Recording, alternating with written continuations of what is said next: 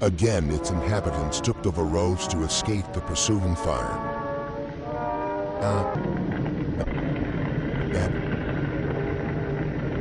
The cathedral crashed in flames. The invaders rolled on. Morning found the refugees still fleeing blindly. Reputable observers said these refugees were machine gunned from the air. There is no photographic evidence of this. War. And this is what they fled. The nothing machine moved on, and after a day's destruction, paused only to sleep.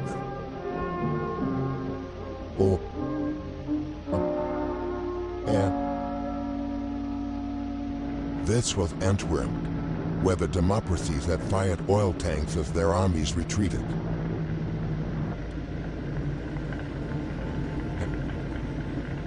The improvised Allied defense collapsed. The British Army was driven into the Sea of Dunkirk, according to plan. Dunkirk has been called the triumph of land over the machine.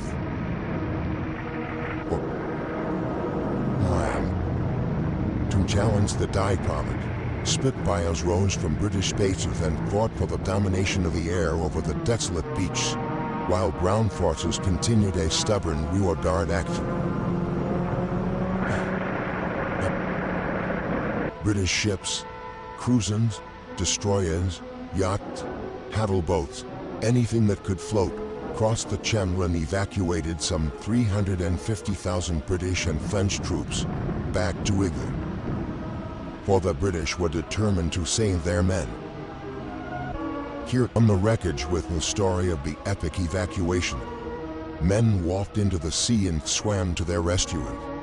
They couldn't take their weapons, trucks, tanks, or guns, but men were saved to fight again. Having flashed through Luxembourg, Belgium, and Holland, 5 German armies fanned out across France. Treachery and incompetence had doomed a nation that only a decade ago had been leader of Europe. Now the campaign mounted in fury as France crumbled. On June 10, 4 days before France fell, Mussolini entered the war. He had waited until that moment to make his decision. And now the Nazis entered Paris. This had been the dream of the Kaiser in the last war. Hitler achieved it.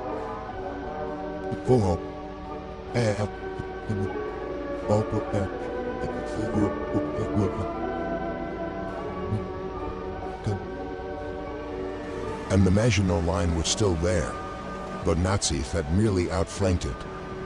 Now they tried direct attack, and the Maginot Line fell.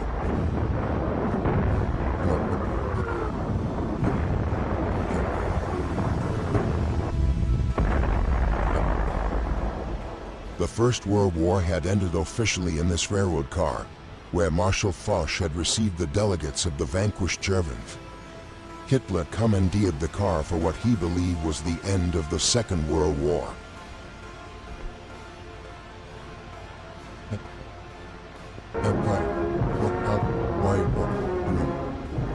Here at Compiègne, Vichy was born. Hitler was happy.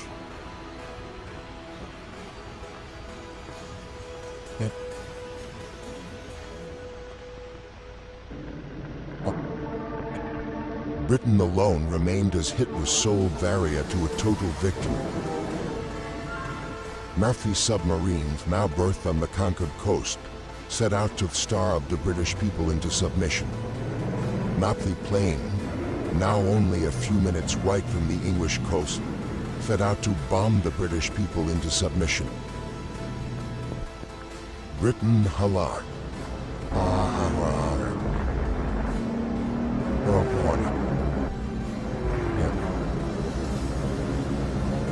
They bombed railroads and factories to disrupt transportation and war production. They bombed by day, and when the Royal Air Force smashed more than 180 of the bombers out of the sky in one session, they bombed by night. The face of London changed. Historic landmarks disappeared. Night after night, London moved left to see its fire.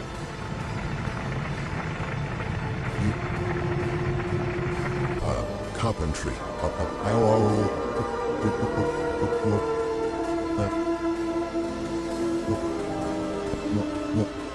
Air armadas appeared over these cities through the fall and winter of 1940, and well into the spring of 1941. Wreckage was cleared, and production continued. A new army was created, equipped with new weapons.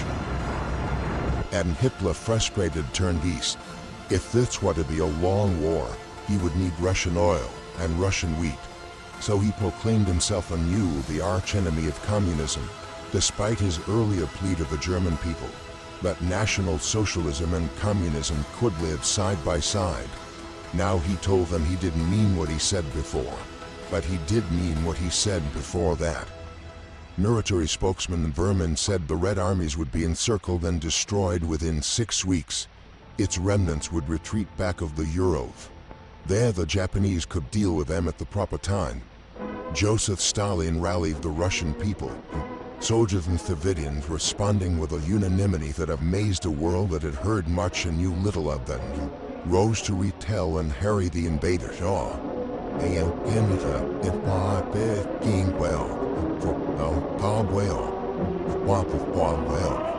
Working with whatever tools they could see, working against time, men and women, old and young, carved these huge tank craft.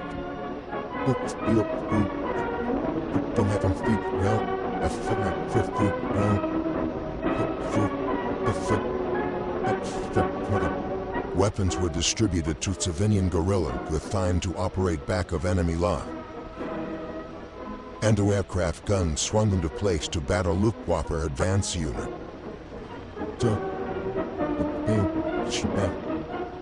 Here was the wheat that Hitler wanted, and Russian men, women, and children were determined to keep it out of his hands. They would have neither food nor shelter. Factories worked day and night, while the Russians knew this was a war of machines. Entire plants were moved east, complete with workers. Weapons of war are poured out of the factory, and the Germans, as well as the rest of the world, discovered the Russians had tanks to meet tanks, and planes to meet planes. The Russians retreated, but not without inflicting sizable casualties.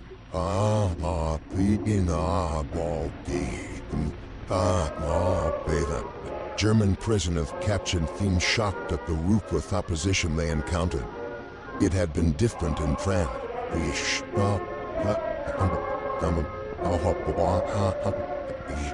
Winter found the Russian army still intact. German casualties mounted until they were counted in the millions. Hitler's armies were not smashed in the winter campaign, but the Russians gained the initiative and held it. As the snows melted, Hitler was to meet new Russian army and new machinery. As summer came to the 2,000-mile front,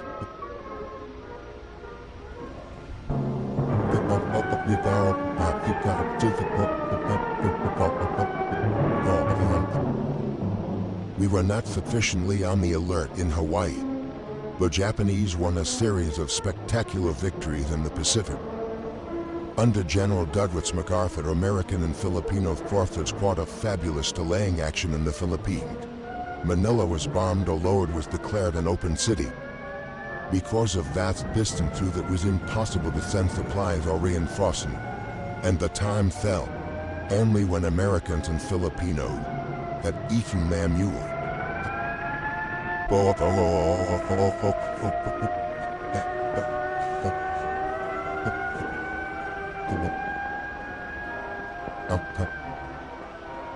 General MacArthur established his headquarters in Australia, and as Commander-in-Chief of the United Nations forces in that area, prepared for the offenses that would develop inevitably.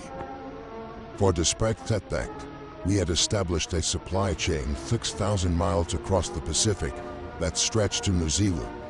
Like many other democracies, we were not prepared for total war.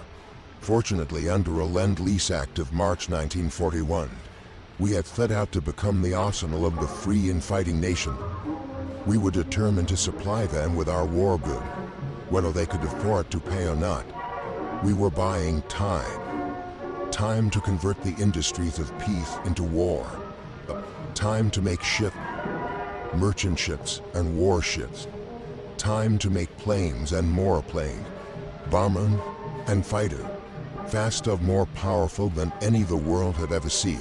Time to make gun and more gun, shell and more shell, tanks and more tanks.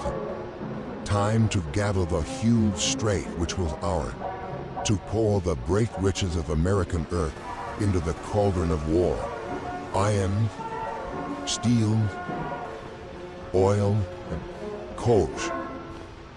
Time to build a navy called upon to fight in both oceans and upon all the sea, to convoy men and weapons to Australia, to Britain, to the Middle East, to Russia. A navy that had already undertaken bearing raid upon the Gilbert and Marshall Islands, and braved Japanese water, and had taken a heavy toll of the invading forces in the Macassar Strait, and had won the first battle in the Coral Sea. Time to expand our miniature professional army into a modern war machine. Time to take civilians gathered in the peacetime conscription while we were still debating, to mold them into soldiers, train them in the use of new weapons, new tactics. And we were buying time to weld the home front and the fighting front into one. For this was total war, and we realized victories were born in the production line. We needed more ships, more planes, more tanks, more guns, more shells. We were not fighting alone. 9 of the Pan American navies severed diplomatic relations with the Axis: Colombia, Bolivia, Brazil, Ecuador, Mexico, Paraguay, Peru, Uruguay, and Venezuela. At this time, the issue is clearly drawn. There can be no peace until Hitlerism and its monstrous parasite are utterly obliterated. And on full, 9 of the Pan American nations declared war upon the aggressors: Cuba, Costa Rica, the Dominican Republic, El Salvador, Guatemala, Haiti, Honduras, Nicaragua, and Panama. Mexico joined these stations in June 1942. We were not fighting alone. Even in the conquered country, the will to fight survived. Dutch, Belgium, Yugoslav, Greeks, Czechs, Filipino, Poles, Norwegian, Free Frenchmen, all fought with us on the far-flung battlefield. Australians, New Zealanders, South African, Canadian. We were not fighting alone. In this war of the people seeking a world without war for their children.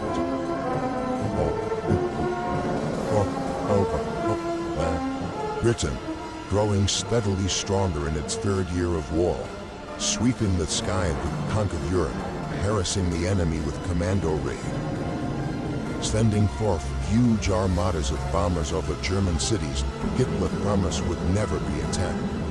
Russia, fighting with an unparalleled tenacity, drawing upon inexhaustible reserves, asking no mercy and offering none.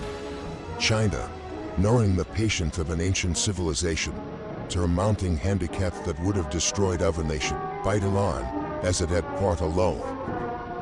And the people of the United States, an angry people, whose resources and privileges were the envy of the world, offering these without food, fighting in the factories and the foxhole, fighting in the jungle, the desert, the frozen wastes, fighting on all the ocean, fighting for survival, fighting a war which would be hard and might be long, but which they would win.